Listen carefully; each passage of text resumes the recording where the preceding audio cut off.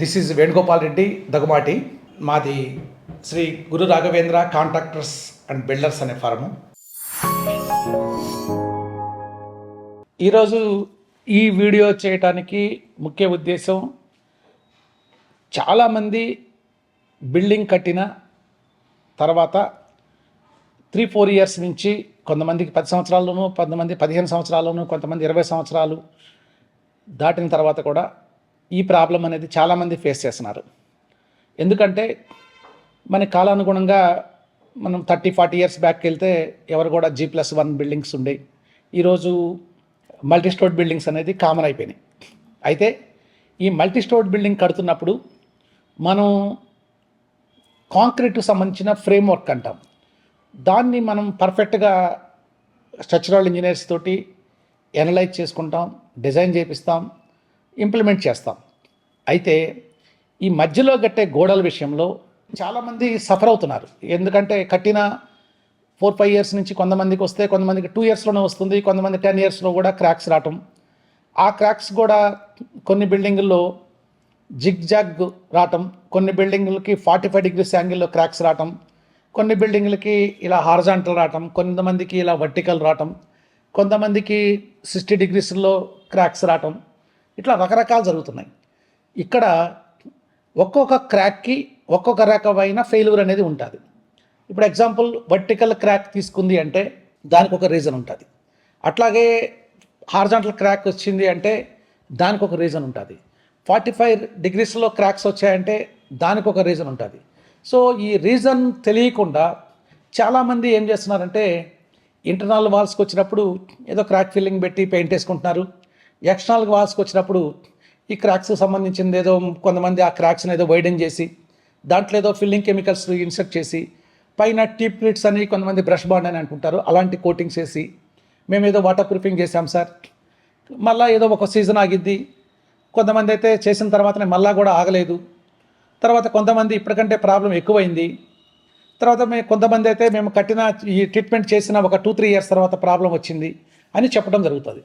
So వీటన్నిటి గురించి ఈరోజు అసలు మ్యాసనరీలో వచ్చే ప్రాబ్లమ్స్ ఏంటి, ఎందుకు వస్తాయి ఈ ప్రాబ్లమ్స్ అనే దాని విషయంలో ఈరోజు బ్రిక్ వాల్స్ కానివ్వండి, లేదా అది సెల్యులర్ బ్రిక్ కానివ్వండి, లేదా CC బ్లాక్ కానివ్వండి, ఏదైనా కూడా ఈ బ్రిక్ వాల్స్లోకి వచ్చే ప్రాబ్లం గురించి ఈ వీడియో చేయడం అనేది జరుగుతుంది.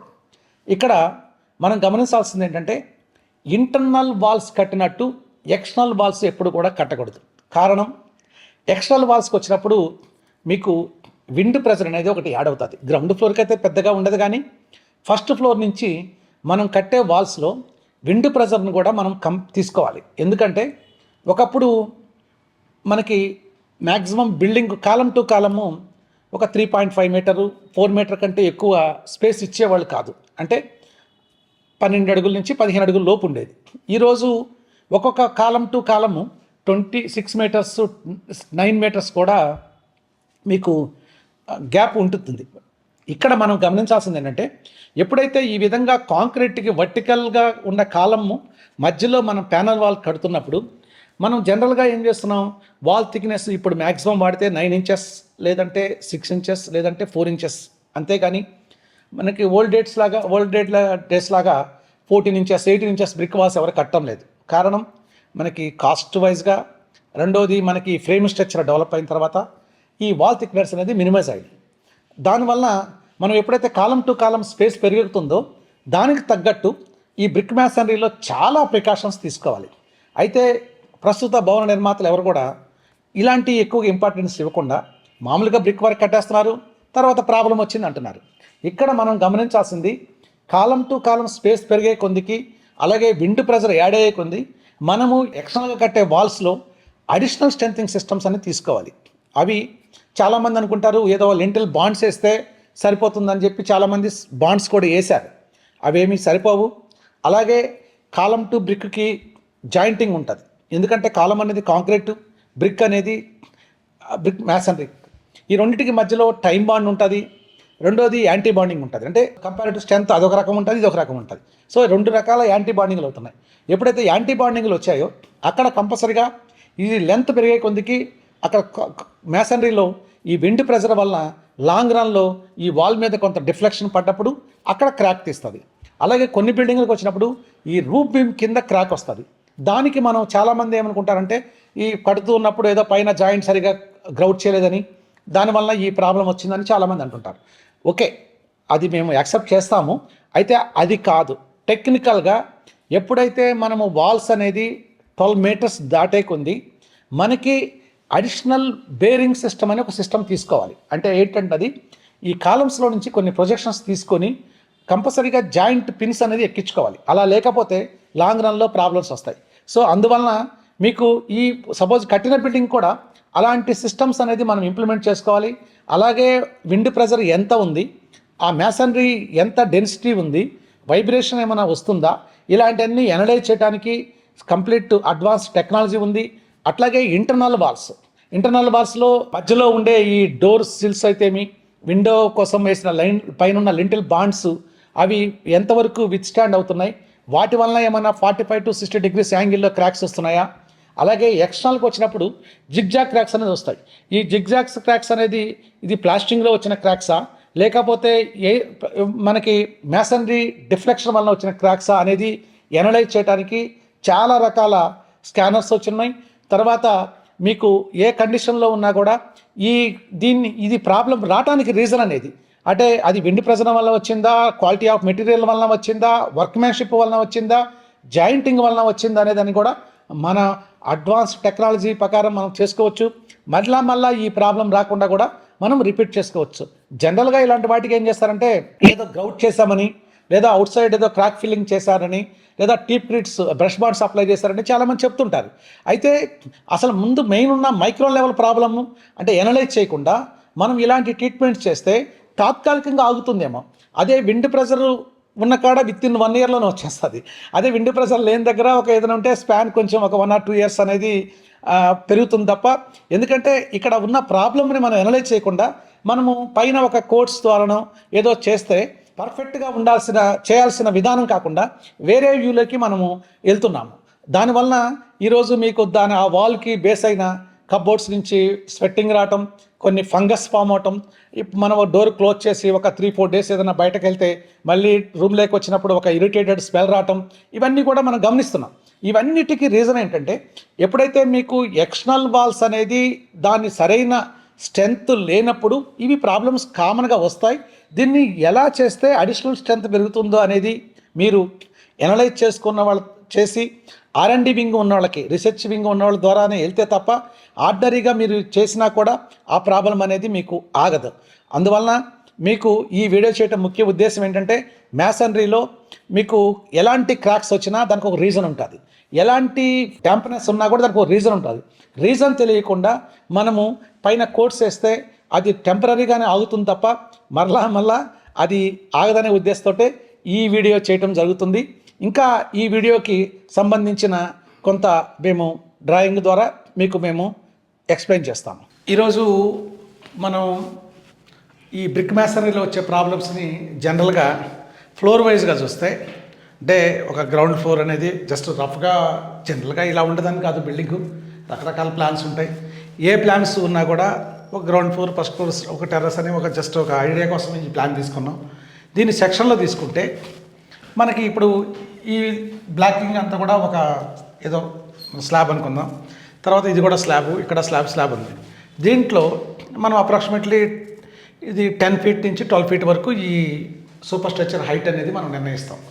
అయితే ఎప్పుడైతే ఈ హైట్ నిర్ణయించినప్పుడు బ్రిక్ వాల్స్లో ఎక్కువ డ్యామేజ్ వచ్చే ప్రాబ్లమ్స్ని మేము ఇక్కడ మీకు అర్థం అవ్వాలనే ఉద్దేశంతో ఒక కాన్సెప్ట్ పెట్టుకున్నాం. దీంట్లో జనరల్గా ఎక్కువ వచ్చేది ఏంటంటే 3 రకాల ప్రాబ్లమ్స్ వస్తాయి. ఒకటి ఈ పొజిషన్లో, అంటే ఈ ఏరియాలో, అంటే రూఫ్ బీమ్ దగ్గర నుంచి ఈ అప్ టు 3 feet వరకు వచ్చే ప్రాబ్లమ్స్. అంటే ఇక్కడ రూఫ్ బీమ్ దగ్గర నుంచి ఈ జోన్లో వచ్చే ప్రాబ్లమ్స్ ఒక జోన్ అని, టైప్ 1 అని.